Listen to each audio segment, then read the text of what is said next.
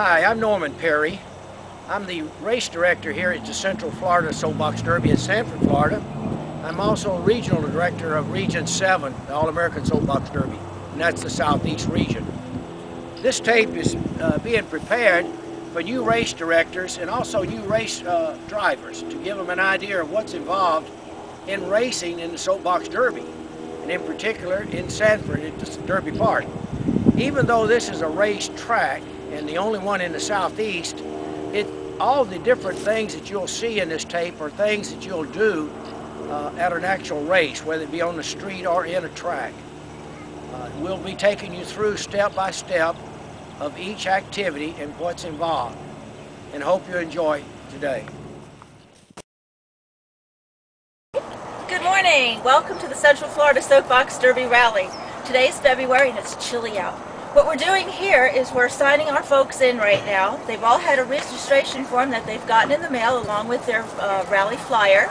They filled out all of the information, and we have some of our racers here and their handlers who are each going to sign a form for each event that they are going to run in today. Today we're having 2 races.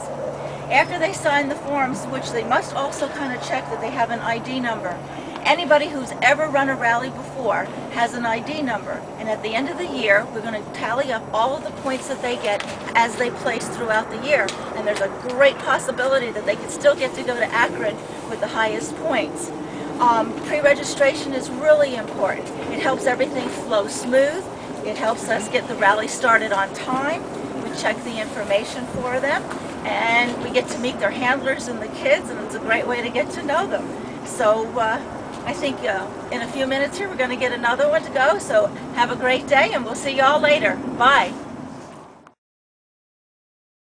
We have 3 divisions.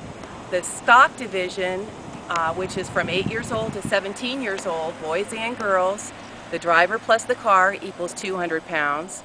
The super stock division, from ages 8 to 17, the driver plus the car equals 230 pounds, or Masters division, ages 10 to 17, and that, the driver plus the car equals 255 pounds. I'd like to introduce you to one of our drivers.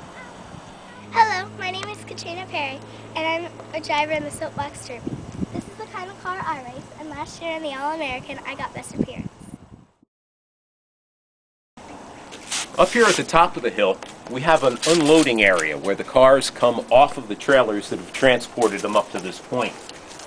When they come off, it's an opportunity to get the cars staged as they will be racing. They line up. The car in lane 1 goes into the lane marked 1, the car for lane 2 in lane 2. As the racers get a little bit more experienced and become familiar with the process, they can be a terrific asset in making things run smoothly at the top of the hill. The kids know which lane they're going to be racing in. They'll come off the trailer and they'll start pushing their way up the hill. They'll be in pairs. Here we have a flat spot at the top of the hill where the final preparation gets done. It's flat, so the cars won't roll away. And this is an opportunity for the car handler and the racer. Get your helmet on, get your helmet properly secured, take a deep breath, and start to concentrate on what's going to happen when you get into the gate. When they're at this point, the previous race is at the bottom of the hill. So as a starter, you want to keep an eyeball on what's happening down below. Have the previous race's cars been cleared away? And once they're cleared off of the track, it's a safe condition where the next race can be started. So the car handlers will bring their cars down, put them in the positions. Once again, back to looking at the marks on the paddle and the mark for the rear tire at the back. Racers are ready. They've got their helmets on. Meanwhile, of course, the next race has queued up into the flat area behind them, so they're getting themselves ready to go. On the count of 3, racers ready. 1, 2, 3. Trip the lever, the paddles go down, and the next race is going down the hill. Hi, welcome to the top of the hill. I'm Sam, and I'm the starter for most of our races that we have here. At the top of the hill, one of the things that we want to emphasize the most is it's the final opportunity to do a safety check on the car before it goes down the hill. So put an eyeball on the retaining pins. Make sure that they're in place and that they didn't pop off somewhere. The next thing, the child's position in the car. Are they in contact with the foam? Is the foam in place? Is the steering cable going to be have enough tension in it? Look at those things, and you can do that from a distance. Also, we've got positioning of the car.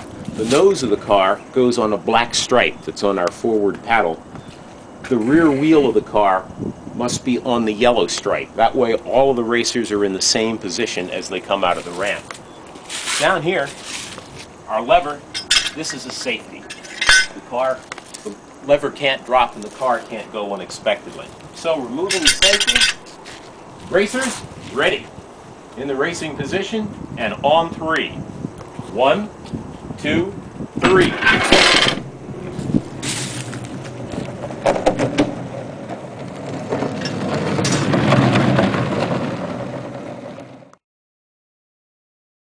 You can see the stripe on the nose for the nose of the car, and then we have a stripe for the left wheel. We found it's better not to have two stripes. They're juggling then to go back and forth because the wheels do move up to an inch. One stripe for the left rear and one for that on both sides. This lines the car up straight, and it saves a lot of time in preparation for the first run.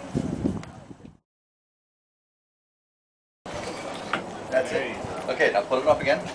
I'm going to push you, and when you get to your dad, make sure you stop. Right.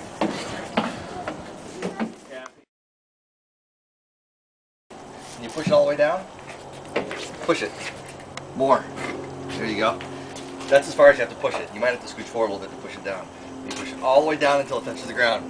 When you get down to those guys at the bottom there in the blue shirts, they'll tell you when to brake. Okay, there's two guys down there, and they'll say, okay, brake, brake. You step on the brake. Just keep stepping on the brake until you stop. It'll stop you.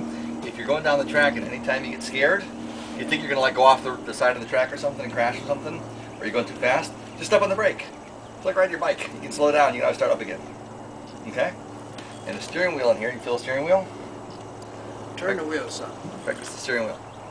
There you go. Doesn't turn much. You only have to turn it a little tiny bit. Down. It's sort of like riding your bike. No, we never pushed him across the parking lot.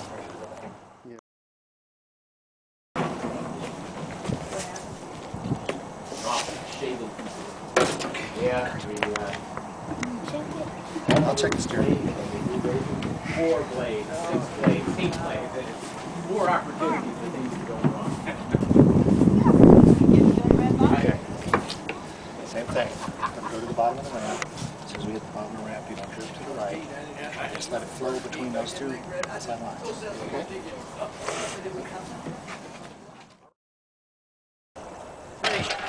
We have 2 children taking practice runs in stock division cars. Okay, we're back where we started. This is a wrap-up. I hope you've enjoyed this presentation today, and it's been informative to you.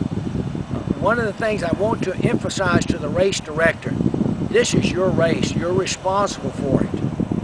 Be sure that you delegate every function or operation of this race so that you're not tied down in doing something when you need to be overseeing the whole race.